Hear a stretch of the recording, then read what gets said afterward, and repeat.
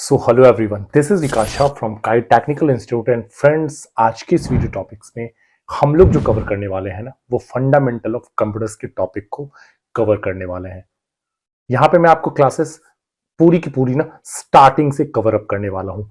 ये जो क्लासेस है ना, कौन कवर कर सकता है? तो फ्रॉम थर्ड स्टैंडर्ड स्टूडेंट जो 3 क्लासेस में कवर कर रहा है ना, मतलब एकदम कम, आप कह सकते हो कि जिनको थोड़ी बहुत भी नॉलेज है इंग्लिश की, वो कवर अप कर सकता है इस तरह के टॉपिक को। एक छोटे से बच्चों के लिए भी काफी अच्छी क्लासेस होंगी। Little knowledge about English, PC is required. अब देखो, फंडामेंटल मैं सिखा रहा हूं, इसके बाद में काफी सारे और भी टॉपिक को कवर अप करूंगा। तो अगर आप पूरी की पूरी कंप्यूटर सीखना चाह रहे हो थ्रू द ऑनलाइन प्रोसेस, तो आपके पास एक कंप्यूटर्स होना बहुत जरूरी है। तो आपके पास एक पर्सनल कंप्यूटर्स है तो बहुत ही ज्यादा बेटर ऑप्शन है। उसके बाद ये कोर्सेस जो हो सकता है ना, जो बीसीए कर रहे हैं, bachelor in computer applications, advance diploma in computer applications, triple C की कोर्सेज कर रहे हैं, computer certificate in computer concepts, या PGDCA post graduate diploma in computer applications की कोर्सेज कर रहे हैं, उनके लिए भी ये काफी ज्यादा वैल्यूएबल टॉपिक है। साथ ही साथ जो कंप्यूटर्स में इंटरेस्टेड रखते हैं ना, उन बच्चों के लिए भी ये कोर्सेज बहुत ही ज्यादा वैल्यूएबल टॉपिक है। हम लोग इस तरह के कोर्सेज को कंटिन्यू करते हैं अभी से। आप एकदम ध्यान से चीजों को समझना। हम लोग यहाँ पे ना पूरी की पूरी थ्योरेटिकल नोट्स के साथ चीजों को कवर कर रहे हैं, और मैंने इन चीजों के ऊपर काफी अच्छे से पीपीटी कवर करके रखा है। आप प्रॉपर्ली इन चीजों का क्लासेस करो, और अगर आप ऑनलाइन मोड से क्लासेस कर रहे हो तो आपको इसकी क्लासेस के बाद एग्जाम्स होंगे, एग्जाम्स देने के बाद आपको सर्टिफिकेट्स वगैरह भी प्रॉपर्ली अवेलेबल हो जाता है। ठीक है, तो चलिए हम लोग कंटिन्यू करते हैं अगले टॉपिक, जिसमें हम लोग सबसे पहले चलते हैं इंट्रोडक्शन ऑफ कंप्यूटर, जिसमें हमारे पास ना ऑप्शन है कि कंप्यूटर्स की फुल फॉर्म, कंप्यूटर्स की क्या फुल फॉर्म होती है।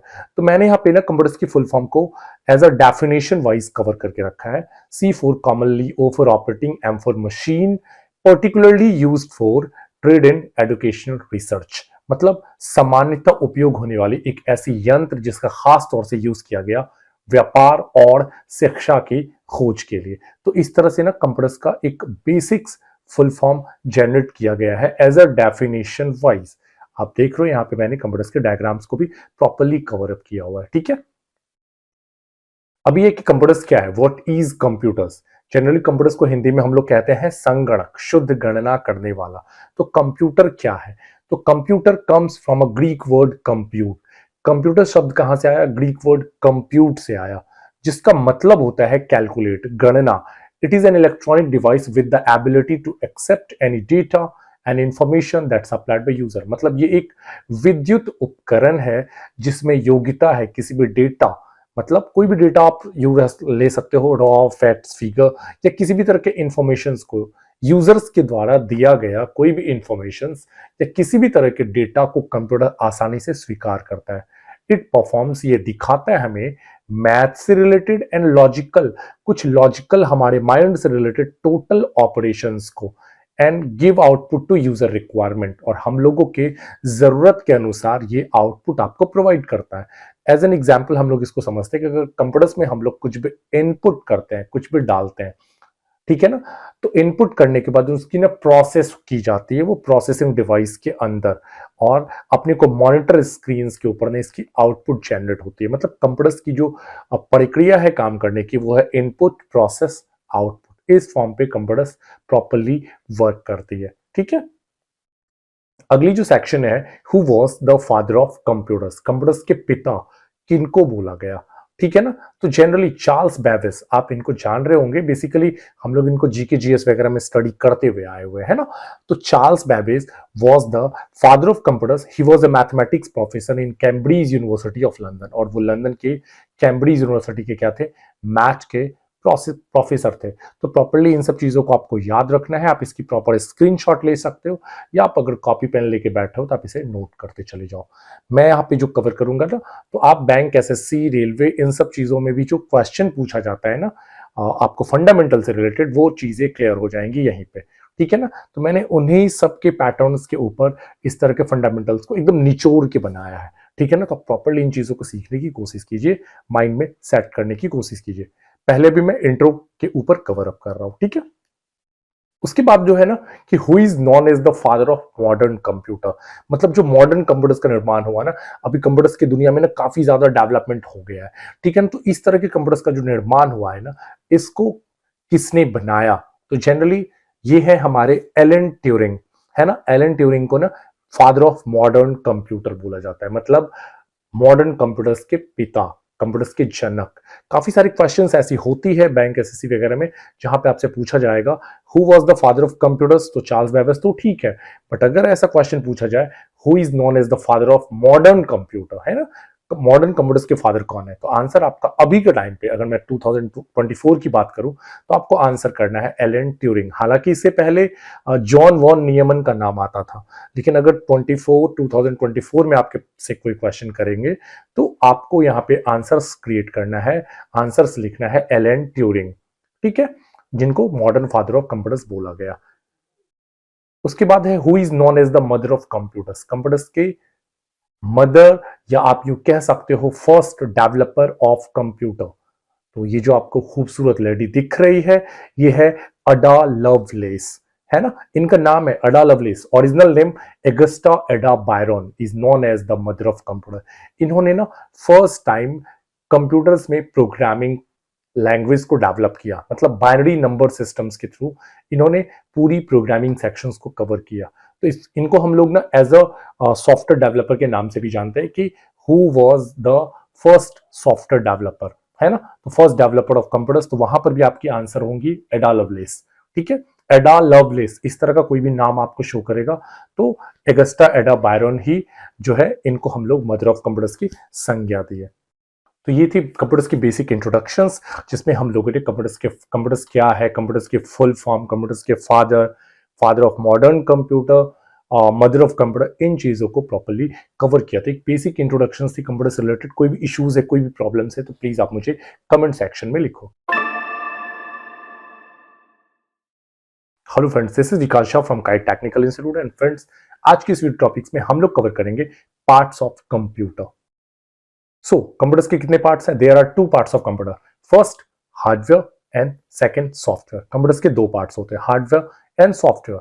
अब देखो हार्डवेयर पार्ट्स किस तरह का होता है, तो those parts of computer which can be touchable और फिजिकल पार्ट, जो छूने योग्य हो, जो कंप्यूटर्स का बाहरी हिस्सा हो, दैट इज कॉल्ड हार्डवेयर, है ना। एग्जाम्पल में मैंने यहाँ पे कवर अप किया है mouse, keyboard, RAM, printer, speaker, HDD, इस तरह की जो भी डिवाइस आपको यहाँ पे फिगर आउट हो रहा है ना, ये सारी चीजें हार्डवेयर पार्ट से, इसको हम लोग प्रॉपर्ली टच कर सकते हैं, मतलब touchable part of computer, that is called hardware. Computers की दुनिया में अगर हम लोग कवर अप करें तो अब देखो हार्डवेयर में ना कुछ कॉमन पार्ट्स होते हैं, कंप्यूटर्स के कुछ कॉमन पार्ट्स है, जिसमें मैंने यहाँ पे एक डायग्राम के थ्रू एक बेसिक पार्ट्स को कवर अप किया हुआ है और एक तरफ मैंने ऑप्शनल पार्ट को कवर किया हुआ है ना।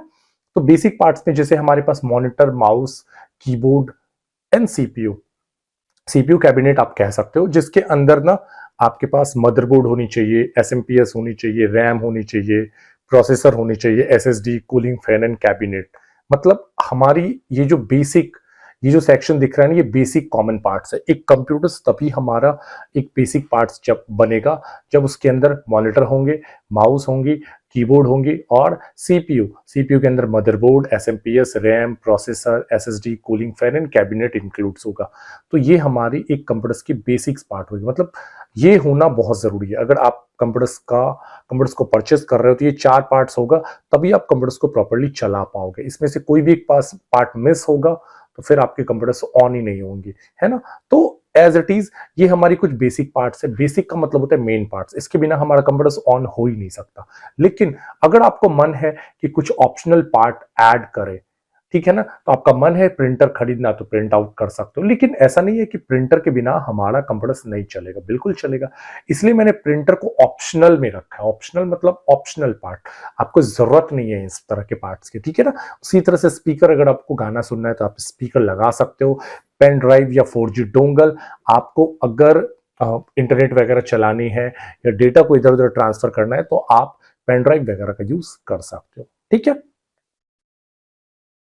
उसी तरह से मैंने यहाँ पे एक ब्लॉक डायग्राम ऑफ सीपीयू या कंप्यूटर्स का मैंने एक ब्लॉक डायग्राम जनरेट किया, जिसके अंदर आप देखोगे कि हमारे पास कंप्यूटर्स में ना मेन दो यूनिट्स होती है, एक सीयू कंट्रोल यूनिट और एक होती है एएलयू।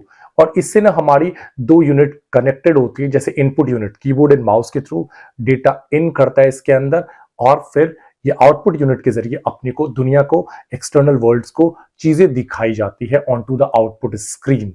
अब देखो इसमें जो कनेक्टिविटी होती है ना, दो तरह की मेमोरी की, एक होती है हमारी मेन मेमोरी और दूसरी होती है हमारी सेकेंडरी मेमोरी। मतलब जो भी डेटा आप कंप्यूटर्स के अंदर इन करते हो, तो वो जो भी हम लोग वहां पे टाइप करते हैं ना, वो मेन मेमोरी में जाके सेव होता है, ठीक है ना।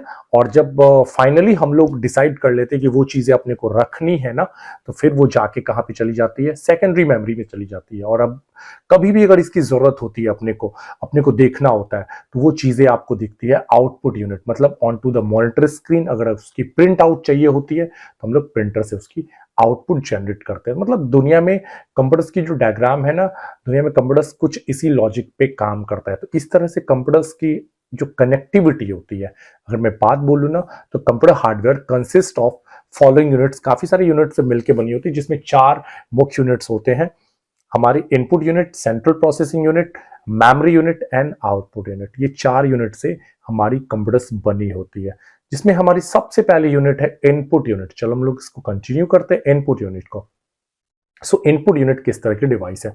तो an input unit is a device which accept instruction from the user and communicate this to the computer. जो यूजर से इंस्ट्रक्शंस लेता है और उसको कहां तक पहुंचाता है, कंप्यूटर तक कम्युनिकेट करता है, पहुंचाता है। Computer will be of no use if it is not communicating with external world. Computers का कोई यूज नहीं होगा अगर ये बाहरी दुनिया से खुद को कनेक्ट ना कर पाए। दस इस प्रकार computer must have a unit which can feed or insert data and information to the computer। इस तरह से ना कंप्यूटर्स के पास जरूर ऐसी एक यूनिट होनी चाहिए, और जरूरी है एक ऐसी यूनिट जिसके थ्रू ना हम लोग एक्सटर्नल वर्ल्ड से डेटा को कलेक्ट करके कंप्यूटर्स के अंदर रख सके, इंसर्ट कर सके, फिट कर सके। मतलब अगर आप बाहर से कोई फोटोज वगैरह को कंप्यूटर्स के अंदर रखना चाहते हो, तो आपको इसके लिए इनपुट यूनिट की जरूरत होती है ना। तो इनपुट यूनिट के जरिए ही हम लोग डेटा को अंदर फिट कर सकते हैं। अपने को अगर कुछ टाइप करना है तो कीबोर्ड्स के जरिए हम लोग टाइप करेंगे, तो वो डेटा उसके अंदर ऐड हो जाती है। तो मतलब इनपुट यूनिट का बहुत ही बड़ा योगदान है हमारे इस कंप्यूटर्स के अंदर, है ना। अब जैसे some of the input units are, मैंने कुछ एग्जांपल्स यहाँ पे कवर किया है, जिसमें मैंने mouse, keyboard, scanner, joystick, microphone, barcode reader, graphic tablet, light pen, digital camera, track ball, touch pad, digital pen, ये मैंने कुछ एग्जांपल्स रखा है। याद रखिएगा इस तरह के एग्जांपल्स को। इस तरह के एग्जांपल्स काफी ज्यादा आपके एग्जाम्स में पूछे जा सकते हैं। तो इसमें से कोई भी अगर आपका नाम होता है कि ये किस तरह के डिवाइसेस है, तो आपको प्रॉपरली आंसर्स कवर करना है कि ये एक इनपुट डिवाइस है, ठीक है। नाउ हम लोग इनपुट डिवाइस में कुछ एग्जांपल से रिलेटेड माउस को कवर करते हैं। एक छोटी सी इंट्रो हम लोग कवर कर रहे हैं माउस से रिलेटेड, कि अब mouse is hand held pointing device. मतलब माउस एक तरह का ना हाथ है, जिसमें एक पॉइंटर लगा होता है। अब देखो ये पॉइंटर हम लोग चला रहे हैं ना, ये एक पॉइंटर है, तो पॉइंटिंग डिवाइस लगा होता है that allows user to control computer. जो यूजर को अलाउ करता है कि कंट्रोल करो कंप्यूटर्स को without having to type instructions from the keyboard. मतलब ना बिना किसी इंस्ट्रक्शंस को कीबोर्ड से टाइप किए बिना आप कंप्यूटर्स को कंट्रोल कर सकते हो through the mouse. Modern programs provide menu option for various commands. अभी की जो मॉडर्न प्रोग्राम्स है ना, वो कुछ आपको वेरियस ऑप्शंस प्रोवाइड करते हैं मेन्यूज वगैरह के सेक्शंस में, है ना। अभी का programs, mouse is very useful and easy to choose specific option from the menu. मतलब अभी हमारे प्रोग्राम्स जो भी होते हैं उसमें मेन्यूज होती है, और आप आसानी से माउस के थ्रू ना कहीं पर भी क्लिक क्लिक करके काम कर सकते हो, है ना। अगर फाइल है तो फाइल पे कर्सर ले जाके क्लिक करते हो तो पूरी चीजें एक्सेस हो जाती है। अगर आप होम टैब है वहां पे क्लिक करते हो तो एक्सेस होती है, कहीं पे क्लोज का सेक्शन है क्लिक करते हो तो वो एक्सेस हो जाती है। मतलब अभी के टाइम पे माउस के जरिए ना हम लोग किसी भी ऑप्शन को आसानी से चूज कर सकते हैं, सिलेक्ट कर सकते हैं, ठीक है ना। Mouse is normally rectangular box. Mouse एक तरह का ना देखो आयताकार बॉक्स में होता है, लेकिन इसका कॉर्नर जो होता है ना राउंडेड होता है ना, and with a ball embedded in its lower side. और माउस के नीचे ना एक बॉल लगा होता था, पहले लगा होता था, अभी के टाइम पे अब नहीं आती है बॉल। अभी के टाइम पे ना now a days light technologies use instead of ball. अभी के टाइम में ना लाइट एलईडी का यूज किया जाता है, पीछे ना उसके एलईडी बल्ब लगी होती है, तो light technology is use instead of ball. Ball के बदले में भी लाइट टेक्नोलॉजी का ज्यादा यूज किया जा रहा है। और स्टैंडर्ड माउस हैज 2 बटन्स। अभी स्टैंडर्ड माउस में ना 2 बटन्स होते हैं, एक होती है हमारी लेफ्ट क्लिक और एक होती है हमारी राइट क्लिक। और बीच में आप देख रहे हो ना ये ब्लू वाला सेक्शन, ये स्क्रॉल है, जिससे आप पेज को ना अप डाउन ड्रैग कर सकते हो। Left button is use to select and open a file. Left button का जो यूज होता है, ये वाली बटन का यूज होता है कि आप किसी चीज को सेलेक्ट कर सकते हो, किसी चीज को ओपन कर सकते हो। और राइट क्लिक ना आपको प्रोवाइड करता है कुछ एडिशनल ऑप्शन, जैसे रिफ्रेश करना, रीनेम करना, प्रॉपर्टीज सेक्शन यूज करना, मतलब एडिशनल ऑप्शन को ओपन करने का काम करता है राइट क्लिक। तो इस तरह से ना माउस की एक अलग ही डिमांड है पूरी दुनिया में, ठीक है ना। माउस के बिना आज के टाइम पे आप कंप्यूटर्स को बिल्कुल यूज नहीं कर सकते। उसी तरह से अगली यूनिट है हमारे पास कीबोर्ड। अब देखो कीबोर्ड की यहाँ पे सेक्शन दिख रही है, तो कीबोर्ड ना एक तरह की ना टाइप राइटर की तरह होती है। मतलब यहाँ पे शो कर रहा है कि a computer keyboard is very much similar to a typewriter. एक कंप्यूटर कीबोर्ड ना कंप्लीटली टाइप राइटर की तरह होती है। It has rows of keys. इसकी पंक्ति में काफी सारी बटन्स होते हैं, विच प्रेस्ड बाय फिंगर, जो उंगली से प्रेस किया जाता है, जो भेजता है आपको क्या, इलेक्ट्रॉनिक सिग्नल, है ना। जब आप कंप्यूटर्स को प्रेस करते हो, सॉरी कीबोर्ड को आप प्रेस करते हो अपनी उंगली से, अपनी फिंगर से, तो ये भेजता है इलेक्ट्रॉनिक सिग्नल जो दिखाता है डिफरेंट लेटर्स, मतलब 1 2 3 4 ABCD numbers 1 2 3 4, some special symbols जैसे sign of exclamation, question mark, double inverted comma, semicolon, ऐसे काफी सारी स्पेशल सिंबल होती है कीबोर्ड के अंदर। अब अपने कंप्यूटर्स कीबोर्ड में अगर मैं बात करूं, एक नॉर्मल कीबोर्ड में 104 बटन्स होते हैं, 104 बटन्स, ठीक है ना। अगर क्वेश्चन इस तरह का होता है कि एक नॉर्मल कीबोर्ड में कितने बटन्स होते हैं, तो 104 बटन्स होते हैं। कीबोर्ड के टॉप में ना कुछ स्पेशल कीज प्लेस्ड होती है, जिसको हम लोग ना फंक्शन की के नाम से जानते हैं। Function number 1, function number 2, function number 3, function number 4, ऐसे फंक्शन नंबर 12 तक हमारी कंप्यूटर कीबोर्ड में ये चीजें अटैच्ड होती है। और एक चीज याद रखिएगा कि प्रॉपरली अभी की जो कीबोर्ड बनाई जाती है वो प्रॉपरली टाइप राइटर की तरह बनाए। अगर आपने टाइपिंग सीखा है टाइप राइटर पे, तो आप आसानी से कीबोर्ड्स को यूज कर सकते हो, कोई दिक्कत नहीं आएंगी। अगली जो टॉपिक है ना इसी के अंदर स्कैनर, क्योंकि हम लोग इस इनपुट डिवाइस अभी कवर कर रहे हैं, ये सब इनपुट डिवाइस का पार्ट है। स्कैनर जो देख रहे हो ना, ये इस तरह की डिवाइस होती है, एज अ फिगर आउट मैंने किया गया। अब आपने सुना होगा फोटो से फोटो निकलवाओ, ठीक है ना। तो ये फोटो से फोटो निकलवाने का काम कौन करता है, स्कैनर करता है। कैसे स्कैनर करता है, तो scanner is a electronic device that is used to capture and digitize image और टेक्स्ट डॉक्यूमेंट। मतलब स्कैनर क्या करता है ना, ये आपकी हार्ड कॉपी में जो बाहर वर्ल्ड, बाहर में आपके पास कोई फोटोज है, कोई पेपर है, उसकी आपको प्रॉपर एक इमेज चाहिए कंप्यूटर्स के अंदर, उसमें टेक्स्ट लिखा हुआ है या कोई फोटोज है।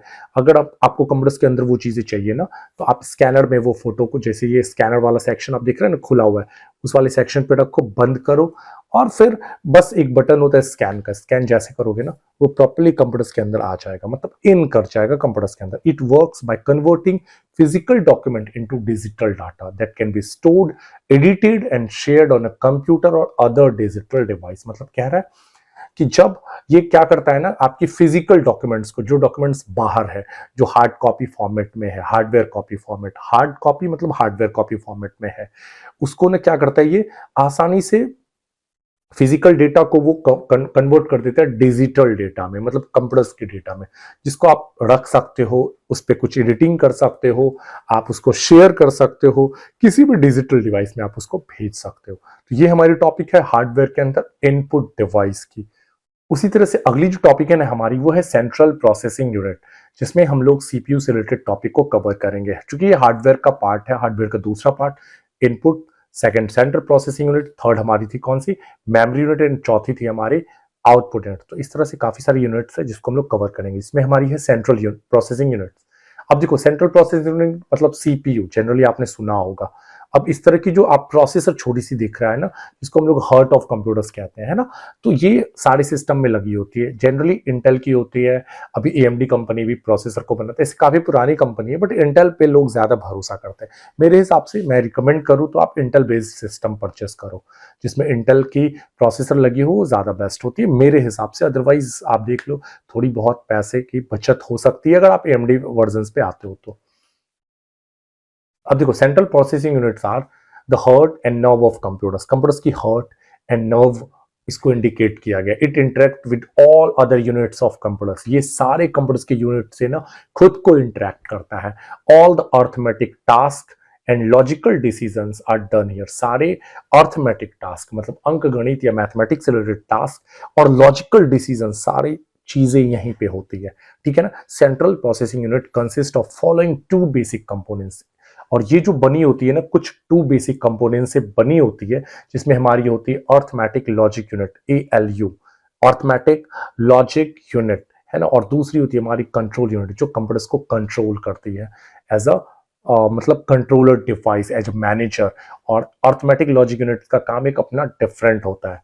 इसको मैंने बेसिकली पूरी डीपली मैंने कवर किया गया है कि यहाँ पे ALU अर्थमेटिक लॉजिक यूनिट ये कैसे वर्क कर रहा है। तो arithmetic logic unit is an integral part of CPU in which arithmetic operations such as जोड़, घटाव, गुणा, भाग मतलब addition, subtraction, multiplication and division, मतलब ALU चिप के अंदर जो होती है ना वो मैथमेटिकल कंप्यूटेशंस होती है, जैसे जोड़, घटाव, गुना, भाग एंड लॉजिकल डिसीजन भी यहीं पे कवर अप किया जाता है। जैसे A इक्वल टू बी, ए और बी दोनों बराबर है, ए जो है बी से बड़ा है, ए जो है बी से छोटा है, ए और बी दोनों बराबर नहीं है।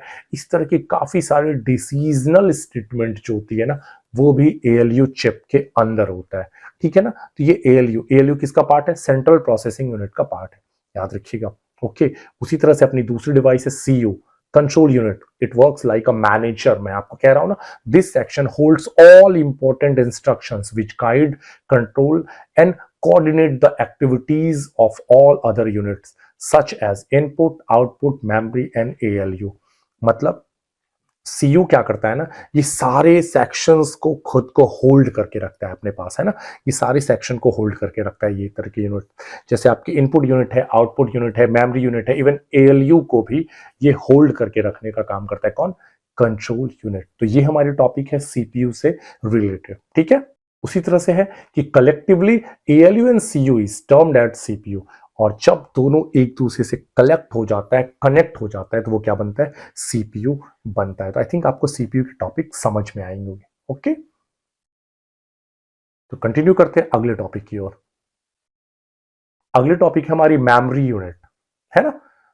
हमारी मेमोरी यूनिट की एक टॉपिक है जिसमें हम लोग मेमोरी से रिलेटेड चीजों को कवर करेंगे। देखो, memory unit store the data and information for one or all of the following purpose. मतलब मेमोरी यूनिट का काम क्या होता है? डेटा को स्टोर करना, इंफॉर्मेशन को स्टोर करना किसी एक या मल्टीपल ऑफ रीजन से, है ना। वो रीजन क्या क्या हो सकता है? फॉर फर्दर प्रोसेसिंग, कोई ऐसी खास काम चेक करना है अपने को उस डेटा से। मान के चलो आप अपने कंप्यूटर्स में डेटा को रखते हो, आप अपनी फोन में डेटा को रखते हो, आप पेन ड्राइव में डेटा को रखते हो, तो क्या क्या यूज है? कोई ना कोई खास काम, कोई एक काम हो सकता है या बहुत से कामों से प्रोसेस के लिए आप उसको यूज करते हो। तो इस तरह से बहुत सा मल्टीपल चीजें हो सकती है। हम लोग डेटा को रखते हैं, रीजंस बहुत सा होता है। फॉर आउटपुट, किन्हीं को डेटा क्यों रखना होता है? क्योंकि उसकी आउटपुट चाहिए, प्रिंट आउट लेनी है, या अगर अपने को मूवी रखनी है, अपने को शादी वगैरह का डेटा रखना है, इमेज वगैरह रखना है, तो क्यों चाहिए? क्योंकि अपने को मॉनिटर स्क्रीन पे टाइम टू टाइम फोन पे देखना है उसको। या फॉर स्टोरिंग द डेटा और इन्फॉर्मेशन फॉर लॉन्ग टर्म, अपने को कोई डॉक्यूमेंट वैसी चाहिए, कॉन्फिडेंशियल डॉक्यूमेंट्स है, ऐसी कोई दस्तावेज है अपनी, मान के चलो आपकी पढ़ाई की डॉक्यूमेंट्स वगैरह है, या हमारे पास कोई ऐसी फोटोज है, कोई ऐसी सेक्शन है जिसकी मुझे ना लंबे समय तक यूज है, लंबे समय तक उसकी जरूरत है, तो उस सिचुएशन में भी ना हम लोग मेमोरी के अंदर ना डेटा को स्टोर करके रखते हैं। ठीक है।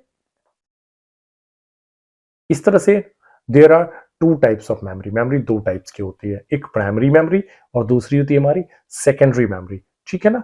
अब देखो यहाँ पे प्राइमरी मेमोरी और सेकेंडरी मेमोरी को मैंने अलग अलग करके कवर अप किया गया है। ठीक है ना। जिसमें प्राइमरी मेमोरी का सेक्शन अगर मैं समझूं तो it is a large memory which is fast and volatile in nature.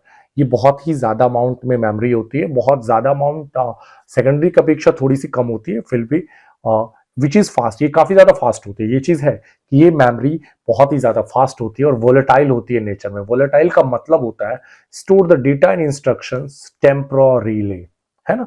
ये डेटा या इंस्ट्रक्शंस को ना कुछ समय के लिए अपने अंदर सेव करके रखती है। मतलब कब तक? Up to the time when electric is supplied to the computer. इस तरह की मेमोरी डेटा को कब तक जमा करके अपने अंदर रखती है, जब तक कंप्यूटर्स ऑन है। कंप्यूटर्स जैसे ऑफ होगा सारा डेटा डिलीट हो जाता है ना। It is mainly based on IC. ये आईसी से कनेक्टेड होता है, डायरेक्टली इंटरेक्ट विद प्रोसेसर, और इसकी कनेक्टिविटी ना डायरेक्ट प्रोसेसर से होती है, लाइक रैम, है ना।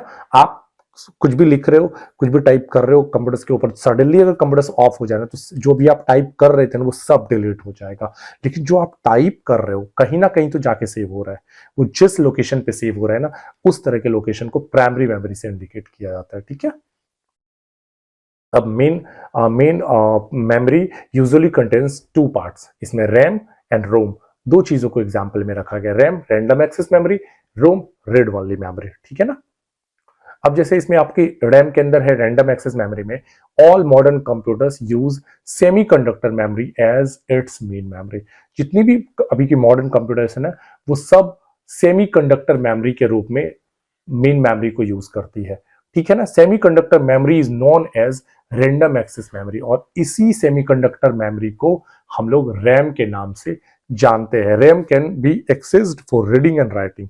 रैम को एक्सेस किया जा सकता है रीडिंग करने के लिए डेटा को, या उसके अंदर कुछ भी नई चीजों को रखने के लिए, राइट करने के लिए, लिखने के लिए, है ना। इस तरह का जो डिवाइस आपको शो करता होगा आपके सीपीयू में, आपके लैपटॉप में हालांकि थोड़ा छोटा होता है इसका साइज, है ना, बट ये सीपीयू में थोड़ा सा साइज बड़ा होता है, इस साइज का होता है सीपीयू में, और लैपटॉप में थोड़ा सा छोटा हो जाता है साइज, है ना। तो आप रैम को एक्सटेंड भी कर सकते हो अपने कंप्यूटर्स के अंदर। रैम आपके सिस्टम में जितनी ज्यादा होगी ना, स्पीड अप भी उतनी ज्यादा बढ़ेंगी मेमोरी की, याद रखिएगा, ठीक है। उसी तरह से होती है रोम, रीड वाली मेमोरी। अभी क्या होता है ना कि रीड वाली मेमोरी लाइक रोम, आप लोग फोन के हिसाब से अगर हम लोग चले तो फोन में भी हमारी रीड वाली मेमोरीज वगैरह लगी होती है ना, कि हम लोग डेटा को रीड कर सकते हैं। जब आप फर्स्ट टाइम ऑन करते हो ना कोई फोन, सपोज आपके पास अगर सैमसंग की फोन है, हम लोग जैसे फोन ऑन करते हैं तो वहां सैमसंग लिखा आता है, तो पहले से ना उसमें मैन्युफैक्चरर के जरिए डेटा फिट करके रखा गया है, जिस चक्कर में अपने को सैमसंग दिखता है। हम लोग उसको चेंज नहीं कर सकते जब तक मैन्युफैक्चरर नहीं चाहेगा, कोई एक्सपर्ट नहीं उसको चेंज करेगा, तब तक नहीं हो सकते। नॉर्मल तरीके से उसको आप लोग चेंज नहीं कर सकते। इस stand for read only memory, है ना। इसके अंदर आप रीड ओनली करने मतलब इसमें केवल और केवल मेमोरी को रीड किया जाता है। It contains the instructions data provide by the manufacturer or of computer for basic operations. इसमें डेटा मैन्युफैक्चर के जरिए प्रोवाइड किया जाता है कुछ काम को करने के लिए। वन रिटन, एक बार अगर इसमें लिख दिया जाए तो रोम कांट बी री राइटन बाय एनी वन।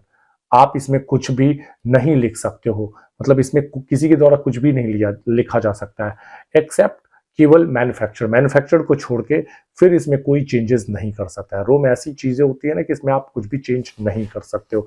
अगर आपकी एचपी की लैपटॉप है, आप ऑन करते हो तो एचपी शो करता है, तो वो एक रोम चिप के अंदर उसके अंदर अटैच्ड होता है। इसको एचपी के जगह पे आप सोच लोगे कि हम लोग अपना नाम ऐड कर दे, तो नहीं कर सकते हैं।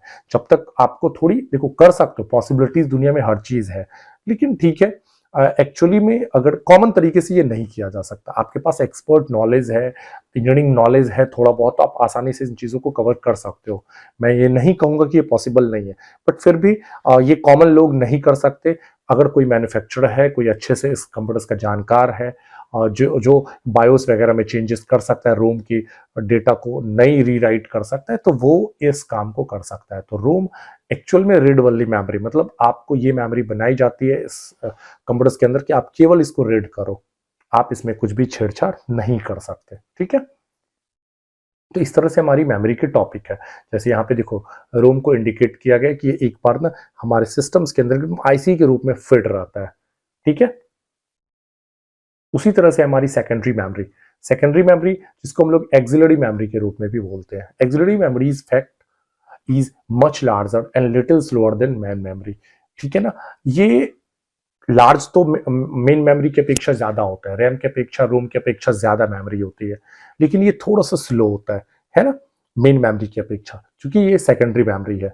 जो भी डेटा होता है मेन मेमोरी से उठ के सेकेंडरी मेमोरी पे आता है। It is use to store huge amount of data for longer time, और इसका यूज होता है लंबे समय तक डेटा को सेव करने के लिए। इसमें ऐसी कोई, क्योंकि यहाँ पे देखो दिया गया it is non volatile in nature, मतलब इसमें ऐसा कोई लफड़ाबाजी नहीं है कि सिस्टम से अगर लाइट कट जाए तो आपकी डेटा डिलीट हो जाएगी, नहीं, ये चीज इसमें डेटा रहेंगे। It has direct access to the main memory not processor. इसकी डायरेक्टली कनेक्टिविटी कहां से होती है? मेन मेमोरी से, ना ही प्रोसेसर से, है ना। तो इस प्रोसीजर्स पे हमारी मेमोरी जो है एक्चुअल में काम करती है। मैंने यहाँ पे कुछ एग्जांपल्स डाल के रखा है, तो आई थिंक आपको मेमोरी के टॉपिक क्लियर हुए होंगे। कोई भी इश्यूज है, कोई भी प्रॉब्लम है, तो प्लीज आप मुझे कमेंट सेक्शन में लिखो। उसी तरह से हमारी मेमोरी से रिलेटेड एक टॉपिक है जिसमें हम लोग मेमोरी को नापने के लिए, मापने के लिए एक टॉपिक को कवर कर रहे हैं, और यह है यूनिट ऑफ मेमोरी। जैसे सबसे छोटी इकाई मेमोरी की वो है 1 bit. 1 bit is equal to binary digit. अगर आपने 0 लिख दिया ना, ये कितना जगह खा लेगा? 1 बिट जगह खा लेगा। 1 लिख दिया ना तो 1 बिट जगह खा लेगा। लेकिन 0 एंड 1 छोड़ के अगर आपने कोई भी कैरेक्टर लिखा तो वो कितना जगह खाएगा? 8 बिट जगह खाएगा, जिसको हम लोग 1 बाइट या 2 निब्बल के नाम से इंडिकेट कर सकते हैं। कि एक एक्स्ट्रा कैरेक्टर 0 एंड 1 को छोड़ के कोई भी एक्स्ट्रा कैरेक्टर वो कितना जगह खाएगा? 8 बिट जगह खाएगा, है ना, जिसको 1 बाइट या 2 निब्बल कहते हैं। उसके बाद हमारी कनेक्टिविटी स्टार्ट हुई। जैसे हम लोगों ने बचपन में पढ़ा था ना, kilo, hecto, decametre, deci, centimetre, as it is आप इसको भी याद रख सकते हो। Bit, byte, KB, MB, GB, TB, PB, EB, ZB, YB, brontobyte, geopbyte, इस तरह से आप भी याद रख सकते हो। कोई बहुत बड़ी इशू नहीं है, ठीक है ना। ओके, बट उसमें क्या था ना, हमारा 1000 मिलीमीटर, 1000 सेंटीमीटर, 1000 मीटर, इस तरह से ऑप्शन था। यहाँ पे 1024 को कॉमन यूज किया गया है। देखो 8 बिट के बाद आप देखोगे 1024 को इसने फोकस कर लिया, मतलब 1024 byte is equal to 1 kilobyte, 1024 KB is equal to 1 MB. तो इस तरीके से इसने क्या किया? प्रॉपर्ली जनरेट किया। एमबी के बाद हो गया 1 जीबी, गीगाबाइट, फिर 1024 GB is equal to 1 TB, terabyte, 1024 TB is equal to 1 PB, petabyte, 1024 PB is equal to 1 EB, exabyte, 1024 EB is equal to 1 ZB, zettabyte, 1024 ZB is equal to 1 YB, yottabyte, 1024 YB is equal to 1 brontobyte, and 1024 brontobyte is equal to फिर से returning हो गई 1 GOP bite. अब GB नहीं बोलिएगा, GOP bite बोलोगे, ठीक है। तो इस तरह से अभी जो मेमोरी है, इससे भी ज्यादा ऑप्शन है जो आपको इंटरनेट वगैरह पे मिल जाएंगे। बट आप अगर एग्जाम्स की प्रिपरेशन को ध्यान में रख रहे हो तो आप इतना याद कर लो, इनफ रहेगा आपके लिए, ठीक है ना। ये मेमोरी की टॉपिक स्पेशली थी, यूनिट ऑफ मेमोरी कंप्लीट हो गई, ठीक है। सो फ्रेंड्स, अगली जो टॉपिक है ना अपने पास वो है आउटपुट यूनिट। तो चलिए हम लोग देखते हैं आउटपुट यूनिट का section. So this unit help to produce the result either temporarily monitor or permanently printer। मतलब आउटपुट यूनिट एक ऐसा डिवाइस है ना जो रिजल्ट को प्रोड्यूस करती है टेम्पररीली मैटर पे, वो है मॉनिटर। मॉनिटर पे अगर आप कुछ देख रहे हो, मॉनिटर मतलब टीवी स्क्रीन, आप देख रहे हो ना, टीवी समझ रहे हो ना, तो टेलीविजन की जो स्क्रीन होती है उसको हम लोग मॉनिटर के रूप में इंडिकेट कर सकते हैं। तो वहां पे जो अपने को डेटा शो करता है ना, वो कुछ समय के लिए डेटा शो करता है। लेकिन अगर अपने को डेटा आउटपुट करना है परमानेंट मैनर पे, तो अपन लोग यूज करने वाले हैं प्रिंटर। तो प्रिंटर भी हमारे लिए कौन सी आउटपुट यूनिट है, और मॉनिटर भी हमारे लिए आउटपुट यूनिट है। The thing which output unit accept come from the storage area. और जो भी चीजें आप देखते हो आउटपुट होती है हमारे कंप्यूटर स्क्रीन पे, प्रोजेक्टर स्क्रीन पे, मॉनिटर स्क्रीन पे, स्पीकर्स के थ्रू, ये सब किसके कहां से आती है? सब स्टोरेज एरिया से आते हैं। मतलब वही मेमोरी में जहां पे मैंने डेटा को स्टोर करके रखा है, वहीं से उठा के हम लोग अलग ऑप्शन पे लेके आते हैं, ठीक है ना। जैसे मॉनिटर है, प्रिंटर है, स्पीकर है, हेडसेट है, प्रोजेक्टर है, प्लॉटर है। मैंने यहाँ पे कुछ एग्जांपल्स रखा है आउटपुट यूनिट से रिलेटेड, ठीक है ना। तो ये हमारी आउटपुट यूनिट का सेक्शन है। अब जैसे मैंने यहाँ पे सबसे पहले प्रिंटर को कवर किया आउटपुट स्क्रीन के अंदर, थोड़ी सी प्रिंटर को हम लोग समझ जाते हैं, ठीक है ना, कि प्रिंटर एक्चुअल में कैसे करता है काम। It is the device that produce return image on to the paper. ये एक ऐसा डिवाइस है ना जो रिटर्न इमेज पेपर पे इंसर्ट करती है, पेपर पे बनाती है, ठीक है। The result obtain on paper is called hard copy, और जो प्रिंट आउट कॉपी होती है ना उसको हम लोग हार्ड कॉपी के रूप में भी बोलते हैं। हम लोग काफी ऐसी जगहों पे ऑफिस वगैरह में ना आपको बोला जाएगा कि आप सॉफ्ट कॉपी प्रोवाइड करो, मतलब बोल रहा है कि वो आप ना उसकी पेन ड्राइव कॉपी दे दो या आप उसको मेल कर दो। लेकिन अगर आपको वो कह रहा है हार्ड कॉपी चाहिए मेरे को, मतलब समझ जाओ वो कह रहा है कि मेरे को प्रिंट आउट चाहिए। हार्ड कॉपी मतलब hardware copy, hardware touchable part of computers, तो वहां से ये वर्ड निकला हुआ है। After a document has been created on computers user can send it to the printer for print. और आप हार्ड कॉपी कब जनरेट कर सकते हो, जब आप डॉक्यूमेंट्स को कंप्यूटर्स पे बना लो, फिर एक यूजर्स इसको आसानी से प्रिंटर को भेज सकता है कि आप इसे प्रिंट कर दो। तो प्रिंटर का काम होता है बनी हुई डॉक्यूमेंट्स को, डिजाइन की हुई डॉक्यूमेंट्स को प्रिंट आउट करना, ठीक है। तो ये हमारी प्रिंटर्स के डिजाइन है। मैंने काफी सारे टाइप्स के प्रिंटर्स को यहाँ पे समझाया है, ठीक है ना। तो there are several types of printer, जिसमें हमारे पास सबसे पहले है इंकजेट प्रिंटर, है ना। These printers use liquid ink. इस तरह के प्रिंटर में ना लिक्विड इंक का यूज होता है, वाटर वाले इंक का यूज होता है ना। Ink spread through tiny nozzle on to the paper, इसमें छोटे से नोजल लगा होता है जिसके अंदर ना ये लिक्विड इंक होता है, और ये ना क्या करता है पेपर के ऊपर कुछ इस फॉर्म पे प्रिंट करेगा। आप देखोगे they are commonly use for printing documents and photos, और इस तरह के प्रिंटर का यूज होता है किसी भी डॉक्यूमेंट्स या फोटोज को प्रिंट करने में, ठीक है। उसी तरह से अपने केसेस में है laser printer. This printer use toner and heat to transfer on image on to the paper.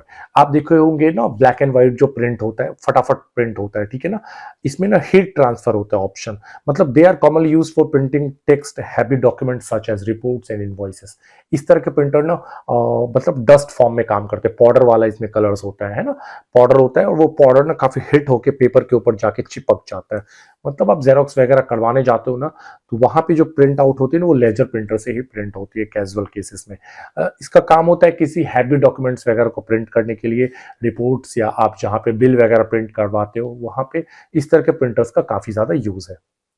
उसके बाद आती है हमारे पास थर्मल प्रिंटर, छोटी सी प्रिंटर, आपने शॉपिंग मॉल वगैरह में देखा होगा, या अगर बिजली बिल वगैरह प्रिंट हो रहा है ना, आप देखते हो आपके घर पे आता है इस तरह की छोटी सी प्रिंटर, हम लोग पैकेट में भी लटका के चलते हैं, एक थर्मल प्रिंटर है ना। This printer use heat to transfer on image on to the paper.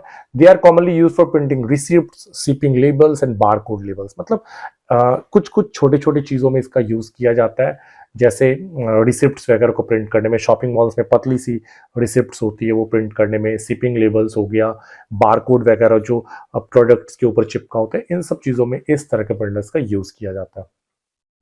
उसके बाद आती है हमारी डॉट मैट्रिक्स प्रिंटर, है ना। This printers use small pins to strike on inked ribbon producing text और इमेज। इसमें ना काफी छोटे छोटे पेन होते हैं जो टेक्स्ट के फॉर्म में खुद को ढाल देता है, और उस पिन के जरिए ना पिन कनेक्ट होता है हमारे रिबन से, और वो क्या करता है ना पेपर के ऊपर जाके पिन वाले सेक्शन में घूम के वो टेक्स्ट को यूज करता है, टेक्स्ट को उस फॉर्म में कन्वर्ट कर सकता है। अगर अपने को 1 लिखना है तो 1 जो है ना पिन के फॉर्म में सेट हो जाएगा और जाके यहाँ पे टच होगा, तो जिससे वो प्रिंट करता है। They are commonly use for, और देखो सबसे पहले जो डॉट मैट्रिक्स प्रिंटर को डॉट बोलने का मेन रीजन यही था कि पिन होता है, dot dot dot dot form में इसकी प्रिंटिंग होती है। अगर 1 लिखा है ना तो आप देखोगे dot dot dot dot dot dot style में 1, dot dot dot dot style में 2, इस तरह से ऑप्शन होता है। They are commonly use for printing receipts. इसका भी काम होता है रिसिप्ट्स वगैरह को प्रिंट करने के लिए, in forms they and that require multiple copies, जहां पे अपने को ना मल्टीपल कॉपीज वगैरह की रिक्वायरमेंट होती है। मतलब इससे ना थोड़ी बहुत कलर की बचत भी होती है। तो इस तरह का प्रिंटर्स आप देखे होंगे ज्यादातर केसेस में एटीएम मशीन्स के अंदर। अगर आपने बैंक में पासबुक वगैरह अपडेट कराने गए होंगे तो वहां पे आप इसका काफी ज्यादा देखे होंगे। आप इसको सिनेमा हॉल वगैरह के टिकट्स में आप देखोगे, आप रेलवे टिकट्स में इसको देखोगे, जहां पे ना अपने को क्वालिटीज से उतना मतलब नहीं होता है। 1-2 दिन इस तरह के प्रिंट आउट रह जाए बहुत इनफ होती है। तो ये काफी ज्यादा प्रिंटर्स यूज होता है ऐसे सब जगहों पे जहां पे ना अपने को क्वालिटी से फोकस नहीं करता, थोड़ा बहुत प्रिंट 1-2 दिन मतलब 72 घंटे 24 घंटे 48 घंटे ये प्रिंटिंग रह जाए इनफ होता है। तो लो क्वालिटी बेस्ड प्रिंटिंग होती है, रिक्वायर्ड होती है कि आप इसका यूज कहां पे कर रहे हो, ठीक है। उसके बाद आती है हमारी 3D प्रिंटर। अभी के टाइम में 3D प्रिंटर काफी ज्यादा डिमांडेबल पे, कभी आर्किटेक्चर लोग क्या करते हैं ना पूरी की पूरी डिजाइन्स करते हैं, मकान, बिल्डिंग्स, हॉस्पिटल्स, तो उसके लिए ना वो पूरी डिजाइन्स को ना एक 3D लुक में कन्वर्ट कर देते हैं, जिससे आपको ऐसा लगेगा कि आपका घर कुछ इस तरह से बन के आएगा। आपकी शॉपिंग मॉल्स यहाँ पे होंगे, यहाँ पे स्विमिंग पूल्स होंगे, इस तरह की पूरी डिजाइन्स जो आप देखते हो ना ये पूरी की पूरी 3D प्रिंटर से ही प्रिंट आउट होती है ना। एक होती है हमारी डाई सब्लिमेशन प्रिंटर, जिसके थ्रू ना आप देखोगे कि क्लॉथ्स के ऊपर प्रिंट की जाती है। This printers use heat to transfer dye on to a special paper producing high quality photographic print. जैसे करिश्मा एल्बम वगैरह प्रिंट होता है, या अगर हम लोग टी शर्ट्स के ऊपर, शर्ट्स के ऊपर प्रिंट आउट देखते हैं, जिसकी मतलब अगर मैं क्वालिटीज बोलूँ ना, तो आप इसको कलर्स को धो भी दोगे पानी वाटर वगैरह से, इसको कुछ नहीं होता है। तो इस तरह की जो प्रिंटर होती है ना, वो डाई सब्लिमेशन प्रिंटर कहलाती है। ठीक है। और एक प्रिंटर होती है जो मल्टी फंक्शन प्रिंटर है, जिसमें सारी चीजें इंक्लूड्स होती है। ये प्रिंटर स्पेशली हम लोग मतलब बहुत हैवी काम के लिए नहीं, ऑफिस वगैरह और अपने घर वगैरह के लिए यूज करते हैं, जिसमें अपने को आप यूं कह सकते हो ऑल इन वन प्रिंटर। आप मार्केट में जाओगे, आप बोलोगे मेरे को ऑल इन वन प्रिंटर चाहिए, है ना। तो this printer combine printing, scanning, कॉपिंग, faxing capabilities into a single device. मतलब इसमें आप प्रिंट आउट भी कर सकते हो, कलर भी निकाल सकते हो, कलर्स में भी निकाल सकते हो, ब्लैक एंड व्हाइट में भी निकाल सकते हो, स्कैन भी कर सकते हो, जेरोक्स भी कर सकते हो। मतलब मल्टीपल काम के लिए इस तरह के प्रिंटर्स को यूज किया जाता है। और इस तरह का प्रिंटर स्पेशली कहाँ पे, ऑफिस और होम में यूज होता है। ठीक है ना। तो फ्रेंड्स, आई थिंक कि आपको ना इन सब चीजों से रिलेटेड टॉपिक कवर हुए होंगे। कोई भी प्रॉब्लम है, कोई भी इश्यूज है, तो प्लीज आप मुझे कमेंट सेक्शन में लिखो। Thank you.